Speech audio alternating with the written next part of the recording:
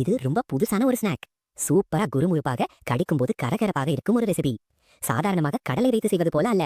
இது முளைகட்டிய பாசிப்பருப்பால் செய்யும் ஒரு ஸ்பெஷல் ஸ்நாக். முதலில் ஒரு பாத்திரத்தில் 2 முதல் 3 மேசைக்கரண்டி அளவு கச்சா கழுவி எண்ணெய் சேர்க்கவும். அதற்குள் 2 மேசைக்கரண்டி காஷ்மீரி மிளகாய் தூள் மற்றும் அரை தேக்கரண்டி மஞ்சள் தூள் சேர்த்து நன்றாக கலந்து கொள்ளவும். பிறகு சீரகத்தூள், கொத்தமல்லி தூள், கரம் மசாலா, சாட் மசாலா, மிளகுத்தூள் மற்றும் கருப்பு உப்பு சேர்க்கவும். அதன்பின் கொத்தமல்லி புதினா பச்சை சட்னி, இஞ்சி பூண்டு விழுது மற்றும் லேசாக நசுக்கிய ஓமம் சேர்க்கவும். ஓமம் சேர்த்தால் தனி மணமும் சுவையும் வரும். தேவையான அளவு உப்பு சேர்த்து அனைத்தையும் நன்றாக கலந்து விடுங்கள். இப்போது அதில் அரை கப் கடலை மாவும் அரை கப் அரிசி மாவும் சேர்க்கவும். சிறிது சிறிதாக தண்ணீர் சேர்த்து கட்டியான தடிமனான கலவையாக தயாரிக்கவும். இதில் 1 கப் அளவு முளைகட்டிய பாசிப்பருப்பு சேர்க்கவும். இதனை வேக வைக்க தேவையில்லை. முளைகட்டியதால் மசாலா நன்றாக ஒட்டும். சாப்பிடும்போது சுவையும் அதிகமாக இருக்கும்.